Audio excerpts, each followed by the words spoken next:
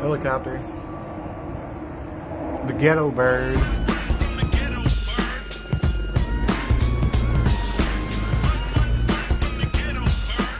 So we got the block pretty clean. I still need to clean the pistons. They're pretty dirty. I could still use some more cleaning, but I'm going to take it to the machine shop tomorrow and pick up the head for the Accord, and then I'm gonna have them resurface the top of the block. The sleeves look pretty good. The way I cleaned the block is I used Simple Green. I sprayed it on there. I got it a little bit wet, and then I scrubbed it with like a scrub brush. Actually, it's this brush. It's for like a dustpan. And then I also use this to get into the smaller spots. And then I'd let it soak and scrub some more, and then I sprayed it off. To get into all the little nooks and crannies, I used these little Dremel bits.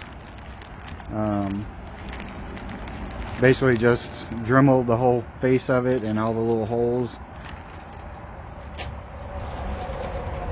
And then to get it to shine like this, I used these Dremel bits. It's like Scotch-Brite pads. I still need to do this half. I've done this half, but I haven't done this half yet. But it's turning out pretty good, and I'm really happy with it. I got a spec sheet here. I'm gonna go through and make sure, you know, the cylinders are at the right spec, the crank and all that stuff is good to go. First thing we're gonna check is the cylinders right here.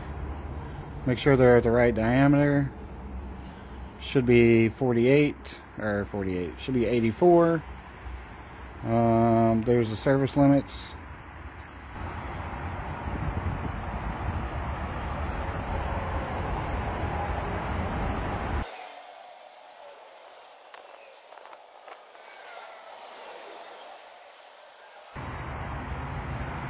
So they're all reading 83.7, 83.79, but that's because the top edge has carbon buildup, and I should probably check them after I do the cylinder hone. But do I care? Not really. I'm just checking it out just because. Why not? All right, next we're going to check the crankshaft. Looks like the third journal is different than the rest, and it doesn't give the service limits, but I guess that's because you can buy bearings that are bigger or smaller. But that's right there what they should be. So 54.976 to 55 for 1, 2, 3, or 1, 2, 4, and 5.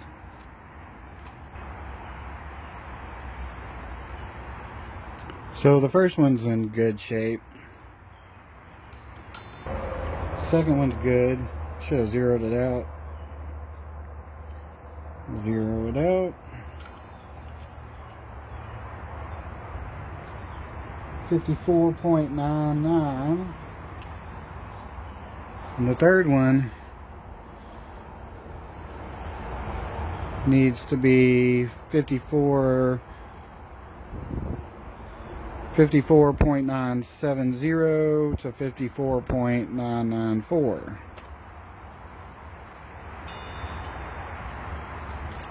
Zero it out.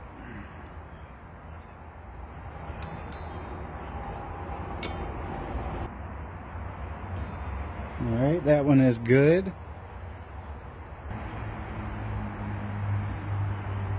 That one is good.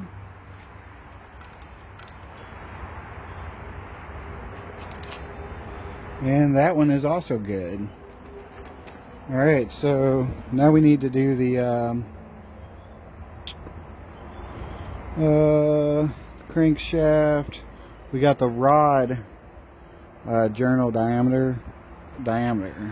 So we've got rod journal diameter 44,978 to 4,500, or 976 to 4,500. I'm getting 44.99, and it was 44.99, so that one is good. Zero it out. Check that one. That one is good. And that one is also good. They're all like 44.9 something. So, and I still didn't clean this thing, and it's got covered in oil. It could probably be polished as well, which I haven't done any of that, so it's definitely within spec. Alright, you also got like the pistons, how big around they should be, 83.98 to 83.99. That's not a very big margin of error right there at all. That is from the bottom of the skirt. Alright, so we got 83.9899. So that's within spec.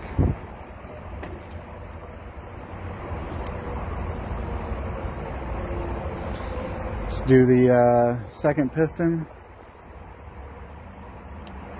Zero that out.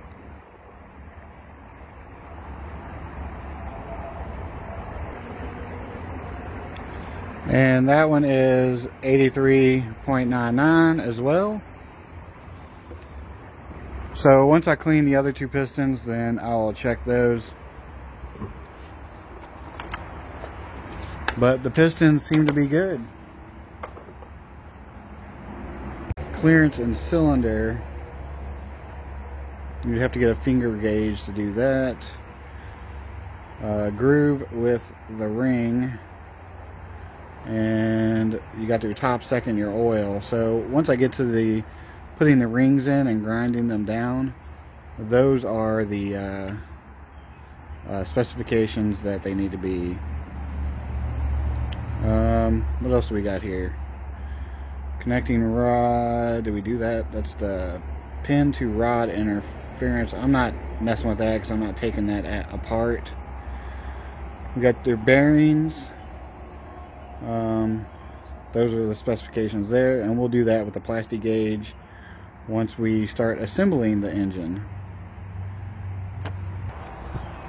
But so far so good. Look at this extra battery they gave me for the digital caliber. That thing's already corroded.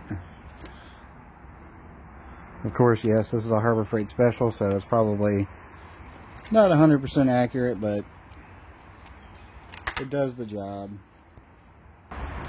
Alright, as far as the head, I'm going to finish cleaning this up because some of the intake ports, and they're still dirty. The top of it I got pretty clean. I have noticed some of the seats have a little bit of pitting in them, so I will definitely use my cutting tools and cut that and smooth it down. But I went ahead today and ordered all new valves.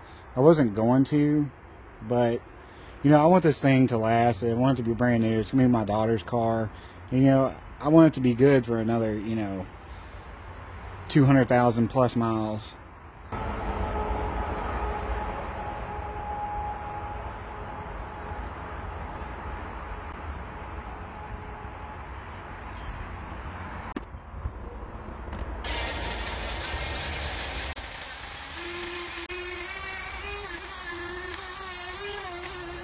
There ain't nothing left on that.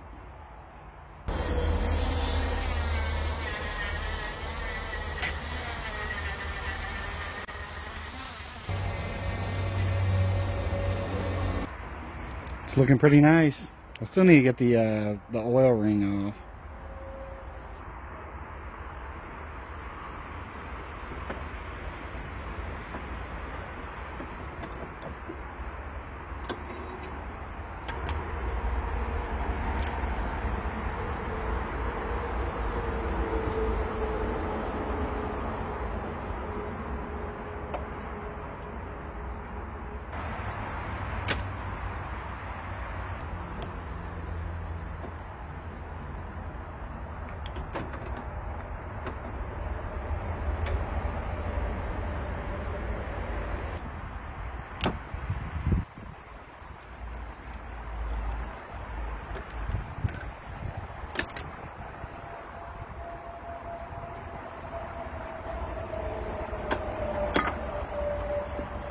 Alright, we got that guy off of there. Let's clean up the outside of the piston.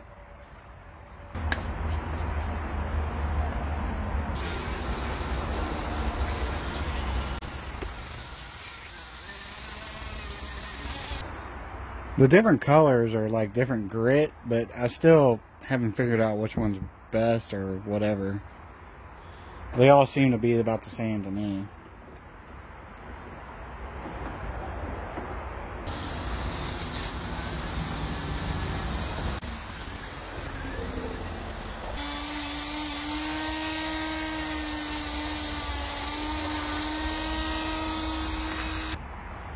Alright, well, it turned out pretty good.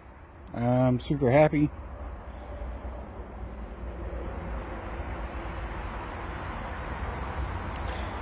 There's like dirt down in there though, so I'm gonna have to figure out how to clean that out.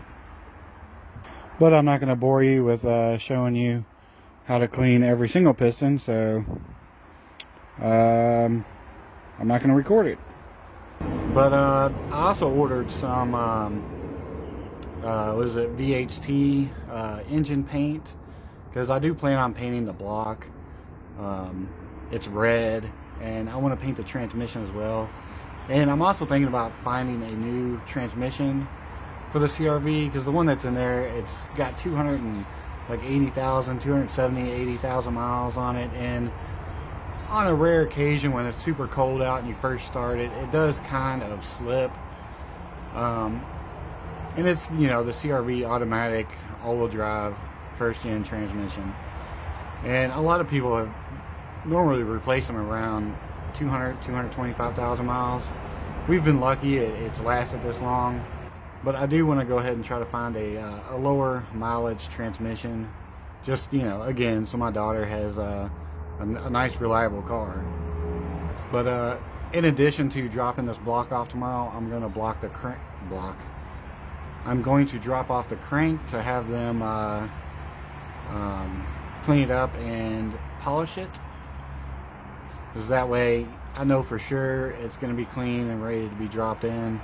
I did order some assembly lube and the, what do you call it, the blue steel, the steel blue paint, because I'm going to need that to assemble the head. That way I can make sure all the valves are hitting the seats in the correct location, especially after I cut them. Hopefully all that comes soon. That way we can get those videos put together and I can show you how to do it. Although, honestly, I don't know how to do it. I'm just watching other people, and you know, I share my experiences, my failures with you guys, and hopefully you'll enjoy it and possibly learn something. You know, assembling a head the way I'm doing it is all new to me. Normally I just lap the valves and just slap them back in. I've never cut the seats before, but it's, you know, it's a learning experience for me too. So hopefully you guys enjoy this video, and thanks for watching.